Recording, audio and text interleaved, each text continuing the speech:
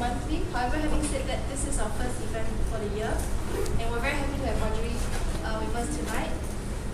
Let me just do a very brief introduction of Audrey. She's the co-founder of PlayMoolah.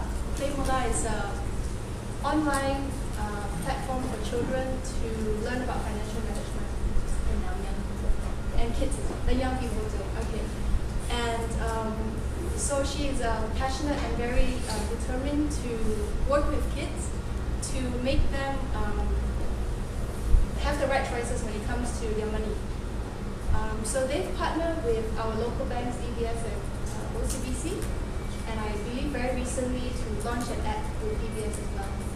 So Audrey, please share with us your success story. We're still growing. We're not, like kind of there successful yet. So maybe just a bit of background, who I am, what I do. So as Sid mentioned, I'm the co-founder of PlayMoolah. I have a co-founder, Min. Some of you might know her.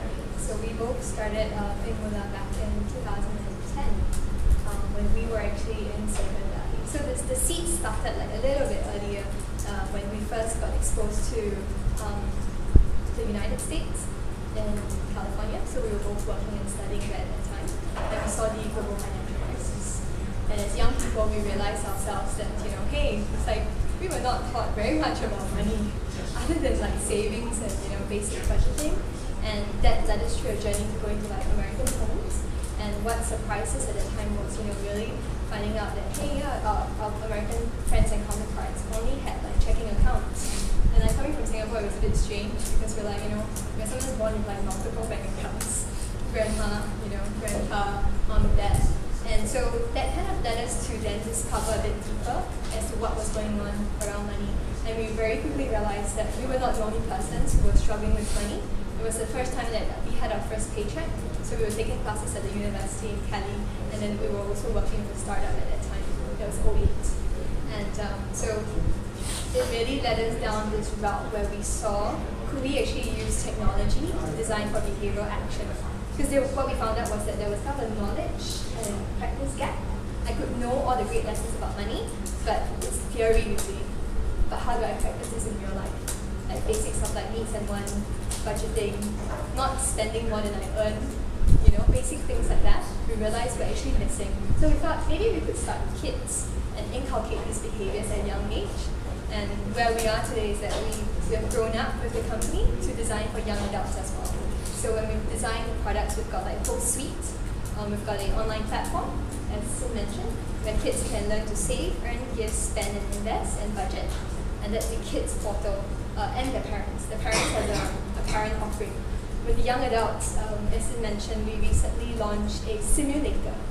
So it's called PlayMoolah. It allows a young person to play out his life's big decisions. So you can get married, you can buy a car, you can buy a house, and you can see how your consequences play out through life, all the way to retirement and death. And you mentioned about your co-founder, so I think all of us have this question for you, which is how did you choose her as your co-founder? And are there any specific skill sets that both of you have which build up this PlayMoolah for you guys? How do you choose each other? It's interesting because I believe it's a self-select process. You meet a lot of different people all the time. So we met a lot of people in the Valley, and we were really fortunate in the sense that we actually became roommates. Yeah. So I remember it's really funny, so we shared the same bed. The only reason was because our seniors left us the king size bed, and we had inherited the bed, so we're like, okay, we'll share the bed. But what drew us, I think, together is the passion for children and education and technology. Because we saw that, being able to harness technology to scale or to allow us to essentially create products and services that were meaningful, that had impact and a deeper meaning, that kind of both excited us. Yeah. So, are there, in the course of doing PlayMoolah, have there been times when there were disagreements? Just wanting to know in terms of, because I guess selecting your co-founder is a very, or your teammates to work with, because I presume you work with her like almost 24 hours a day. So if there were, then how did you resolve these disagreements? value. So how did what kind of challenges, right?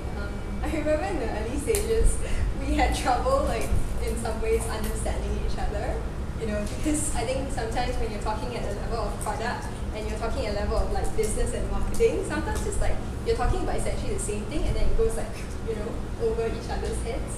And we realized that common vocabulary is actually very important. Common vocabulary in terms of, you know, how do we describe, for example, certain design processes that we're actually talking about? Because, you know, we could be talking about the same thing, but the way we express it is actually very, very different. So one of the fundamental, I think, things I've learned about staying together as co-founders is actually really learning to communicate effectively. And actually just taking a step back and asking, you know, like, is this what you mean? And is this what you're saying? And by clarifying and not jumping to conclusions, I realized that actually helped us a lot. Could you also let us know more about how you started off with like the first prototype and how you actually started to launch PlayMoolah out there?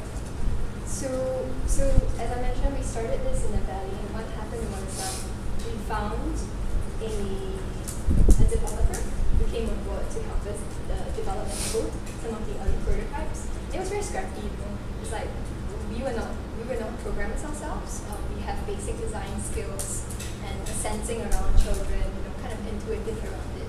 And we very quickly put together wireframes, you know. It was very, very scrappy. I remember it's like paper and pen, but we mocked out each screen and each user flow. And then what happened was, you know, as a developer coded it, we were then able to prototype it and test it with our customers. So we had kids and parents testing it at a very early stage in the business. So who are your customers actually? Would it be both kids and parents? And would it be like a B2B model or more like a B2C model? So, good question. We have two streams, one B2B as well as one B2C.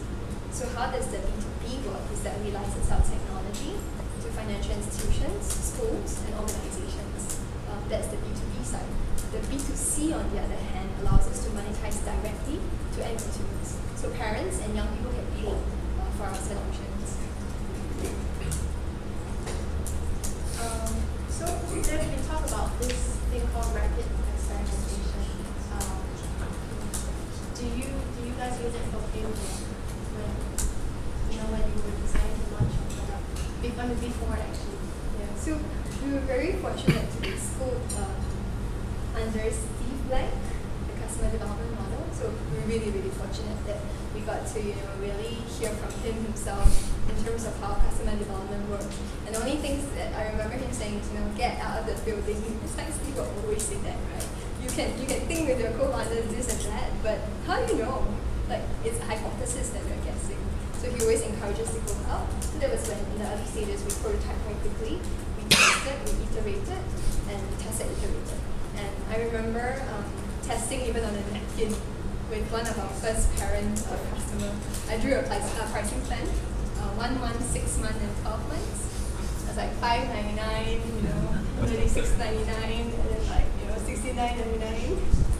And then we put it out to her. I remember it was in a cafe in San Carlos, and she was there with her daughter, so she's been playing our product for a long time. And then I just, you know, drew the napkin and I just pushed it to her very, very gently. So I said, so Liz, which you know, subscription would you like? And then she said, she thought for a while, you know, and I was a bit, you know, kind of like hesitant. I thought she would say no. She said, okay, we'll go for like the 1 year. Wow. And I was like, wow. So she was your first paying customer. That's great. I guess we always start from somewhere. Yeah. So you mentioned about getting a developer to help you with the idea. I just want to know in terms of how you managed to convince him and the other people who are in your team now. Because I believe you have about 10 people in your firm right now. So how do you convince these people to, you know, with your idea and to join your team? And what are the qualities that you look for in these people? So okay, Jay Patel, who designed the first prototype, he was an 18-year-old student. who just graduated from BJC at that time. So the stars have collided. He's now in Stanford as well. So it's a small world, he's doing CS there. So I remember Min talking to a teacher and going like, hey, we need someone who has Flash programming. At that time was Flash, right guys? It's like so long ago. And then then she suggested to speak with Jay. And we remember actually scouting him about maybe say 3 months before we started development, and he was having his A-levels. So I said, guys, sorry, maybe after A-levels, the A-levels, So with this gentleman who helped us, and he was just fantastic. He could do anything, like anything. Like he would learn up himself, he would just like do it, get it done. And then with his prototype, we went to raise our first round of funding. Oh, okay. So, when do you know when is the time to raise money, and how do you go about doing that? That's a good question. Yeah. So I recall early on when there were investors who wanted to invest in our company, and they were very, very eager, and we thought about it for a long time, and we said, maybe not, because we didn't think that we were ready. And the benchmark for that was the team, because myself and Min were not programmers, so we don't come from a technical background, though we have basic experience around it. And then we realized that in order for us to really succeed or do this well, we needed people who could complement us. And that was when so Jay kind of, he joined us for a little bit, but when we raised a round of funding, it allowed us also to, before we raised the funding, what the investors were looking at and looking for was that could you put a team together to complement you? So some invested in us, as entrepreneurs. Some invested because of the idea that it was sound and that there was a paying customer. But obviously they know it's anecdotal, right? It's one person, but they saw the potential around it. And then we realized that in getting the people on board, it was really it's really just scouting and hustling. You meet people that you like, and then you have coffee with them. And then you talk to them and you find out what they're doing and whether they're having fun at their jobs currently. And you hear that they are, and then it's like, how about this? It's very similar to what possibly happens in touring setting. You never know. Yeah, that's true. One of our teammates, we tried to hire her a year ago and she said no. And Karen is formally on board right now with us. Yeah. So, what is it like in your office right now? Because I understand you just moved to a new office. We actually visited your office a week ago. Could you share with everyone your new office and how is your company set up? Okay, so it's very funny because it's just a big space and there are no walls. So we used IKEA bookshelves as our divider. And I remember slipping out to my team because we had people coming over for a meeting today and said, oh, you guys can wait at the meeting room. And then we realized, oh wait, that's not a meeting room. It's literally just a meeting space, right? And it's a very open concept, so it's very much like this, only that we don't have nice, boxes like that there. So it's completely open. And it's actually intentional. It's intentional because one of our company values is just honesty. And so whatever that we want to say, we just say it there and leave it there. So it's intended.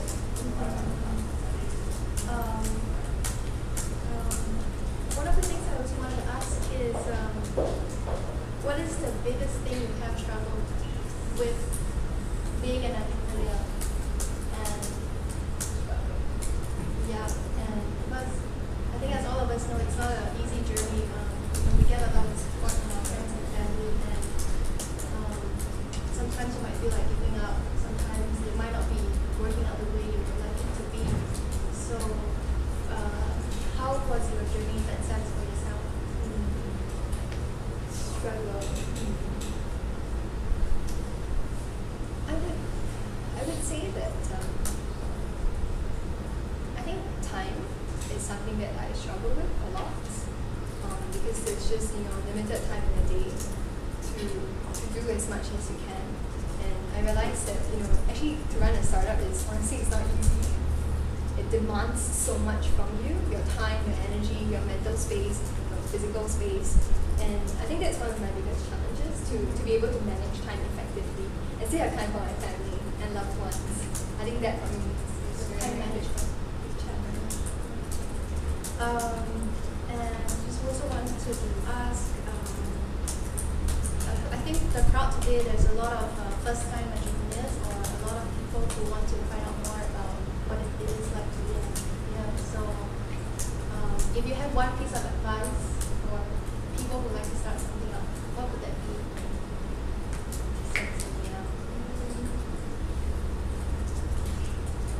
So maybe I will speak from my experience. Because I was thinking about what do I say, right? And then I don't really have advice per se, So we're still kind of on this journey.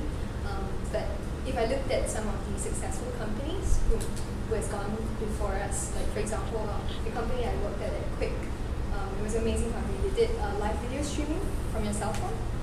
So they called it. So these guys had a vision, and their vision was like FaceTime before FaceTime came out.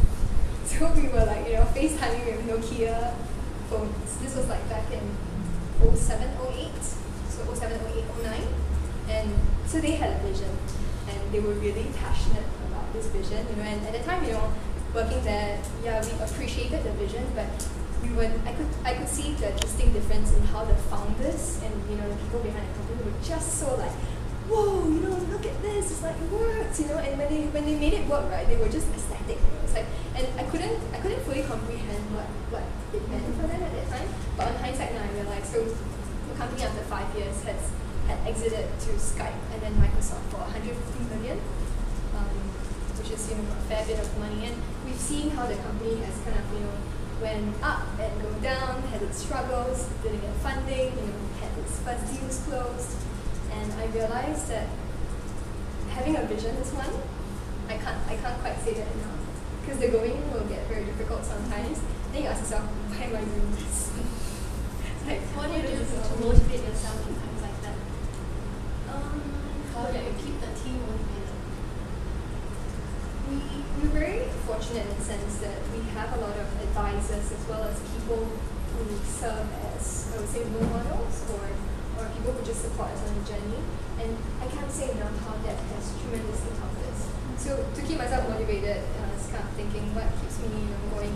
Traveling is actually a big part, or just being connected back to the valley, or being connected to different parts of the world. So traveling helps me to be motivated and to seek new perspectives, because I realized that there's just so much that we know and that we see from our own perspectives, but when we employ the perspectives of people who have gone before us, or the customers that we work with, it shapes our perspective in a very different way. And I always feel like I have to go out. I really have to go out. Just have to keep going out. Like fresh air. In this journey, have there been any mistakes? And not mistakes, but things you could learn from. And could you share with us some of these mistakes you have faced, and how did you overcome them? And what did you learn from these episodes? Mistakes. Good question. So there was one learning. It was a little bit of a painful experience. Just to be open, there's two, I think. One is kind of like a learning experience, and the other is like a little bit more like a regret than like a mistake. What happened was, so what I learned is that when you work with big customers, won't name who, sometimes expectations may not be at the same level. So what happened was we were actually brought in to show our prototype to like the big boss, right? And what happened was we had shown our tech prototype before that, but what happened was that during the meeting itself, we thought, maybe we'll just walk through a PowerPoint prototype. So it was a screen mock-up of the prototype, but not the full spectrum of the game per se. So we had showed one team the tech prototype, but we decided, we changed our minds to say, okay, let's use the PowerPoint. And then what happened was that we went in, and the entire demo was just off. It was just completely off. The guy, gentleman, just couldn't get it. He didn't understand what we're doing. And to be fair as well, it was a very early stage of the process. So the full picture of the simulator could not have been seen. I mean, possibly to someone who hasn't had the full picture and vision of how the simulator would work. And to be very honest, we were very early stage. What happened was that it was it just kind of blew up. And then what happened after that was it was quite painful. So we walked out and we were all okay, and we were very close to signing a deal. And then like what happened was, so we had a call with the team, and it was actually really, really interesting because our team, on the other hand, was actually very open with us. And what we came down to was expectation management, that we were not aligned in our expectation. And because we were not aligned, right, we were again off. She thought that we would show the prototype, we thought we'd go in and we'll talk about it. So expectation was not aligned per se. So that's one of the biggest, I would say, learnings that I've had. The second, which is a little bit more of a, maybe regrets a bit too harsh, but it's a learning again. So I see opportunities like that to learn. So I remember, it's a little bit more personal, I remember going home really late. So in startup, we're often not working, right? And we don't work at home sometimes. So I remember that particular evening, so I went home, and at that time my grandparents were living with me. And that night itself, my grandfather passed away. So that's good. It's been a while. Yeah. And then I realized that, sometimes I could have been so caught up with my work that I could miss being with the people who love me. And so I've learned, to let go of my work and put it in its place and still have time for family. Because I never know. Right, yes. I never know. Well, I guess that's kind of like something we all experience when someone leaves and then it's too late to. Well, I guess we all move on instead. Yeah. Thank you for sharing that with us. One other question I had was, it's actually a question from one of the mentors in the startup industry. He said that he read that PlayMoolah idea was voted the most investable business plan during your stint at Stanford. He wanted to ask if you could elaborate on your exit strategy and who would be your possible acquirers and why. Who is this person, may I ask?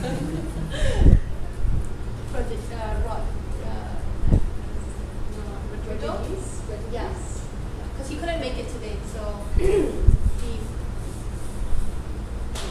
talk to him after this. Give him an answer personally.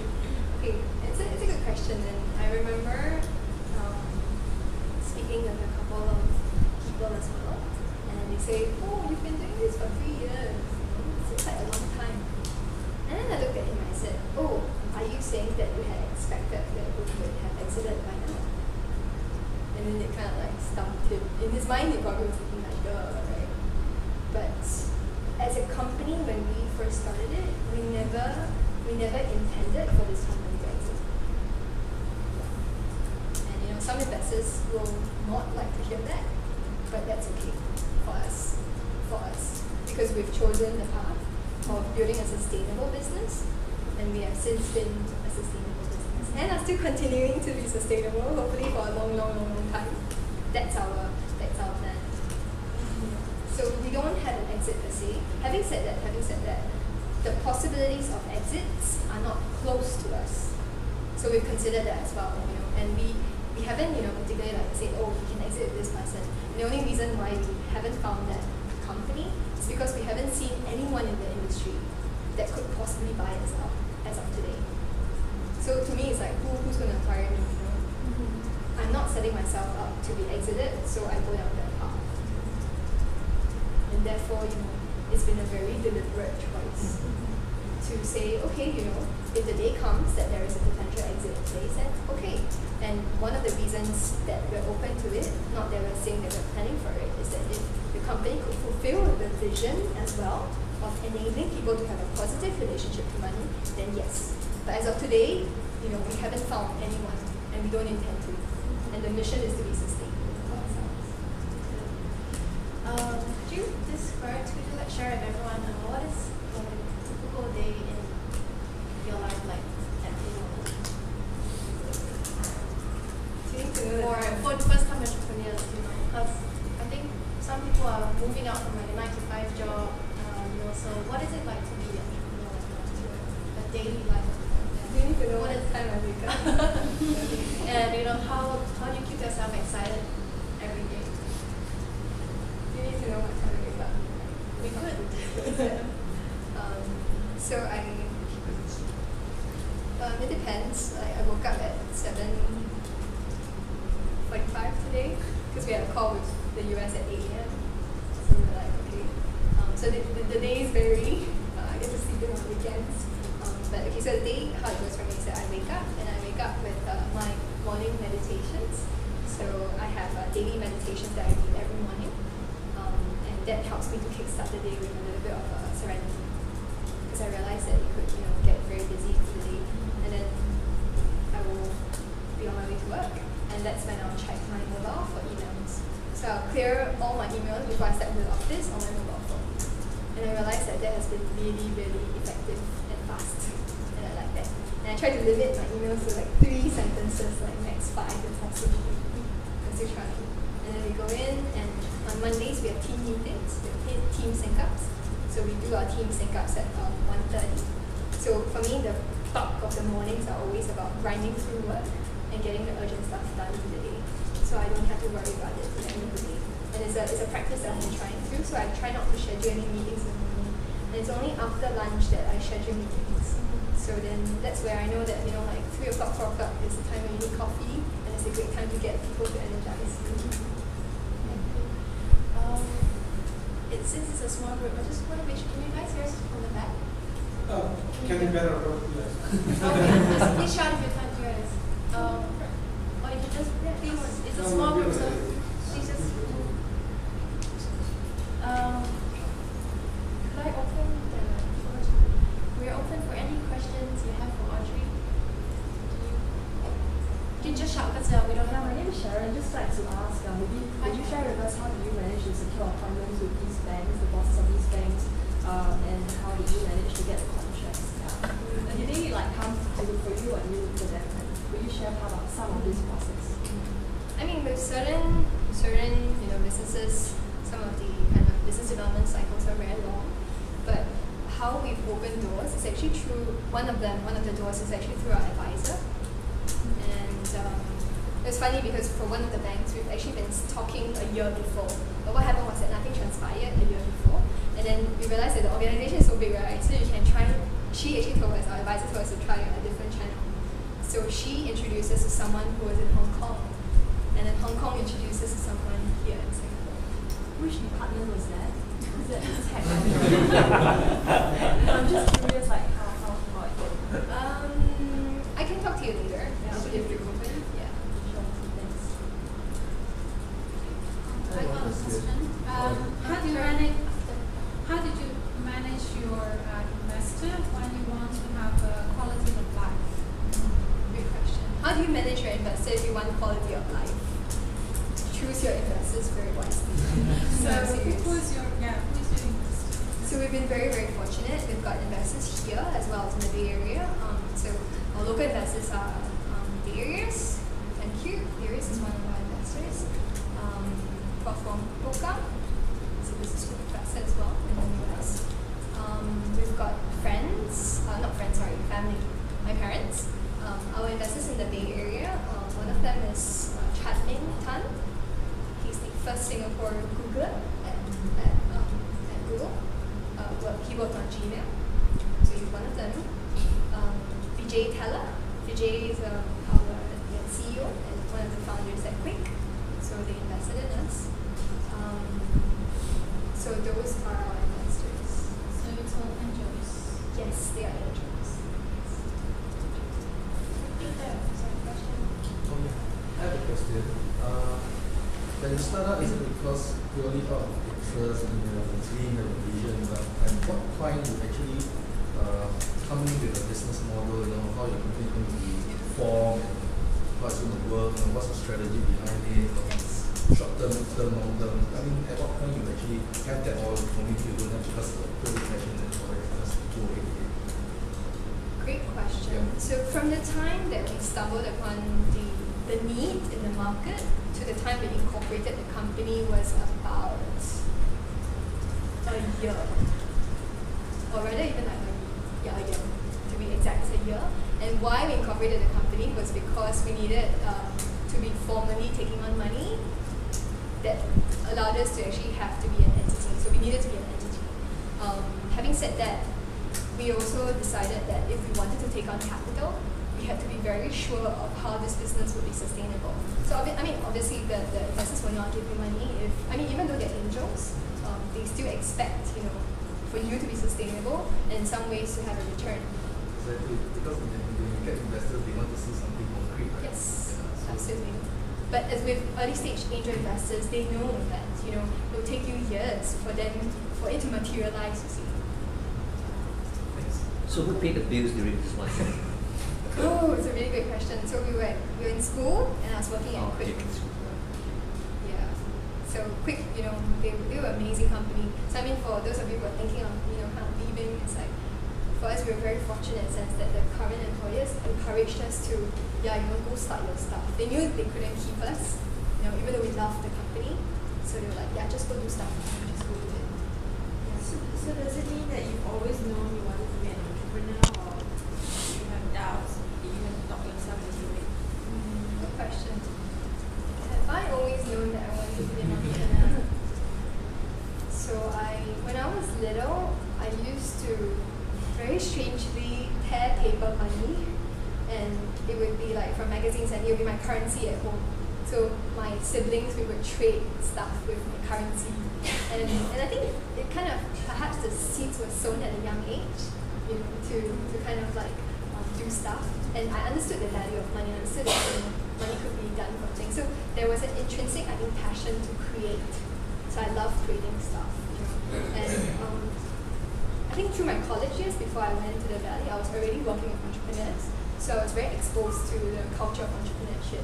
But I also considered, doing internships at corporate companies.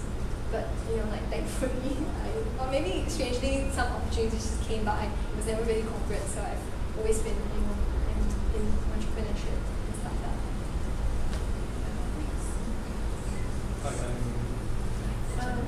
Sorry, maybe Hi. just try first. Hi, I'm Dharma. First of all, thank you for taking time out to speak with us today. My question was, after investors came on board, how much control do you feel you were able to retain, or how much did you have to give up when that happened? Great question. We had almost complete control. Investors never really expected, every quarterly give us a report. There was nothing like that. And again, it was intentional because we chose investors whom we knew could help us solve problems when we had them. So we were always actually going to them. And so as a company, as a business, having been around for now 3 years, we still have a lot of, freedom to take the company in different paths, and they're okay with it. So it's still a constant check back, It's more, I think it's on our owners to account to them because we've taken their money, and we want to be accountable and responsible to them on where the trajectory of the business is actually going. Hi, I'm Kevin. I have a question, because your idea was conceived when you were at the Valley. So was there a particular reason why you decided to start up here in Singapore? Is it because it's home, or is the environment here kind of conducive? So really good observation. Oh, okay. Great observation. Okay, so in the early stages of the company, we launched our first, I would say, prototype in the market, right? But what happened was we didn't see a lot of traction with parents in the US paying for our product. So what happened was that we needed to pivot the business model to ensure that we could be sustainable, right? Improve the business model. And what essentially happened was that, so at the time we had our development team here in Singapore, while I think the founders were in the US at that time. And what happened was that we decided that we would come back, because the visa expired, we couldn't stay beyond that. So we started setting up meetings here, and that was when we spoke with schools, and we thought at that time that Asia being the hub for education, maybe parents here would be more receptive, and maybe this is the captive market that would allow people to put the buck down, because it's all about the business model, right? It's about proving it at least, and that was when we very fortunately as well. So it was really interesting because early on in the company, we had financial institutions as part of the business plan, but we didn't think that it would be that early in the trajectory of our startup that we would be able to monetize the banks. But what happened was that we said, let's just test it. So we tested it, and the interesting thing was that we met with the first bank actually a year before the actual contract actually happened. So the seeds were already sown, and I think the need and the product fit was just right. When we came back to Singapore and we started monetizing. Maybe just a follow-up question. I mean, since you've experienced working with banks here in Singapore, being a startup versus a huge bank, a huge corporation which is a few hundred years old, maybe, right? How do they view you as a? I mean, do they see do they take you credibly in a sense? How does that relationship kind of develop? I would say that it has been positive, for us. I mean, as with everything, it can be like even more positive, right? But we were very fortunate in the sense that the people that we chose to work with, as vice versa as well, were just great people also. And there was one common denominator in both our relationships: honesty. So we are super honest and super direct with each other, and that actually helps improve the relationship. So we don't end up second guessing, and we are very clear of what we're doing and what the value and the needs are. We're very, very direct, very, very direct, very direct. Is there a point? Sorry, I only raised my hand, right? Okay. Is there a point where you guys talk about it, but like you come to an impasse, like neither of you give ground on a certain thing, or has it always been, we can talk about it and there's always a solution? I mean, if they're your customers, you always have to find a way to make it work for yourself as well as your customer. Oh no, I was talking about a co-founder relationship. Oh, okay. Yeah, it's very. Yeah. Has there been any? Thus far, no. I guess, and that's why we're kind of still working together. But I guess more so it's so we try and get out of the office if we need to talk about very serious stuff. So we go to cafes. We take Saturday brunch also, and that actually really, really helps. Because then it's not only work, right? And we try and do founders lunch on Mondays. So we try and share new experiences as well. That helps us to improve our friendship. It's not a relationship, friendship. Follow-up question, like you and your co-founder have similar skill sets, right? I mean, you guys don't code, so how do you actually complement each other in terms of the day-to-day operations, and then what are your roles currently compared to your co-founder? Sure. So it has gotten a lot clearer, and it's gotten very clear over the years. For us, and in the early stage, you have to do everything and anything for both of you. But when the startup starts getting to a year and a half and kind of 2 year mark, that's where the definition of roles needs to become very clear. So Min actually takes care of product and innovation, and she's actually fantastic at that. And actually our skill sets are similar, yes, but it's actually very different.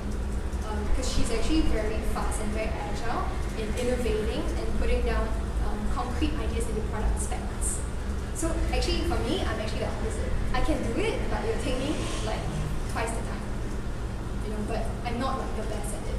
Whereas on the other hand, I focus on the business side, the negotiations, the business development, the community, the relationships, and it's very distinct. Is it natural, or is it like you guys have to sit down and say, okay, it's time, we have a clear role? And it was the latter. We had to sit down.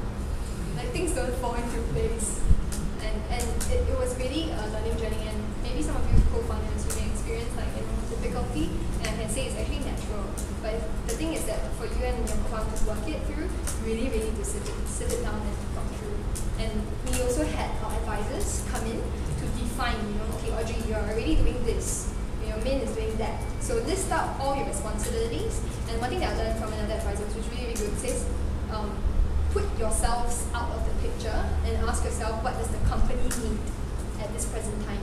Then you find the skill sets, then you fill the people and the needs in. So it's the need of the company before us. great advice. Thanks. During the early stages, do you have any doubts, second thoughts about your product? Based too much income. Can everyone hear the question? Sorry. During the early stages, do you have any doubts on your product, second thoughts due to too much hiccups and challenges? It's a good question. Did I have any doubts? Yeah, totally. It's like, yeah,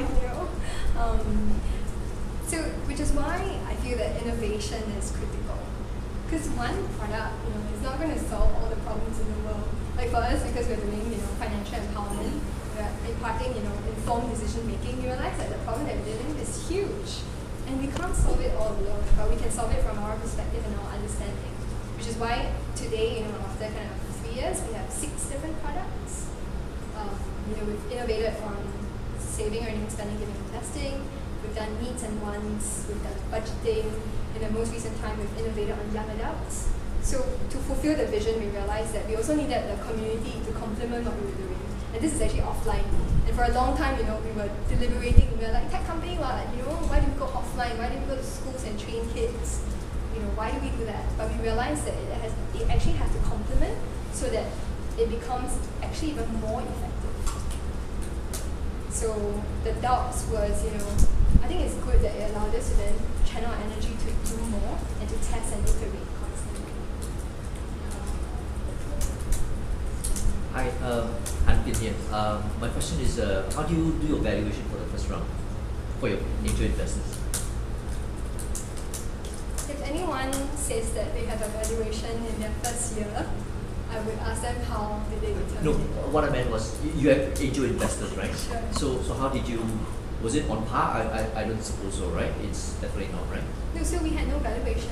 So you mean whoever puts in the money and that's the percentage that they get? No, so we have Yeah. a convertible note.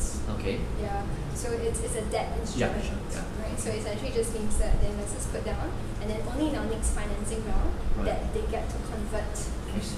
their shares. Yeah, so there was no valuation. So there's no valuation. Okay, right. So basically the ownership belongs to the founders for the year, for the period until the first round of financing.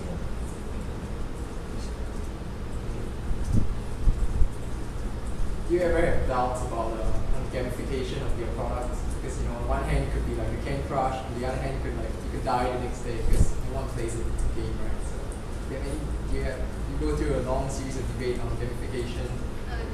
I love your question.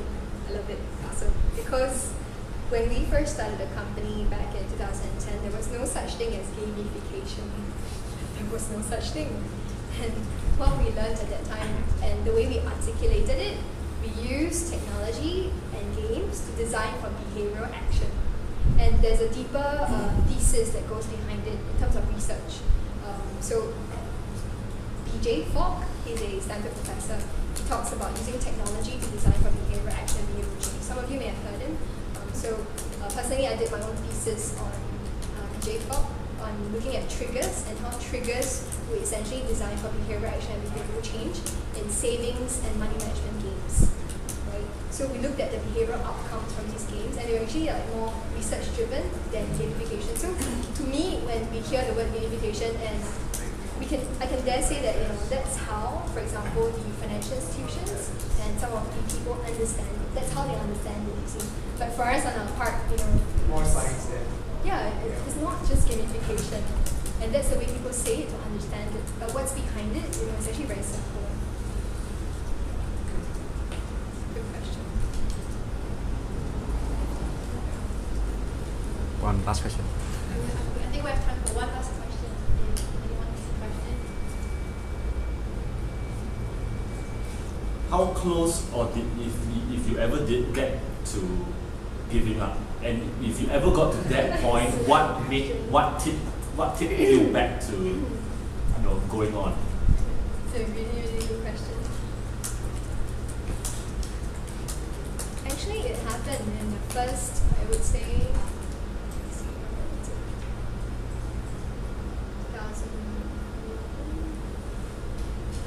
I think it's about the stage of about a year and a half. Same.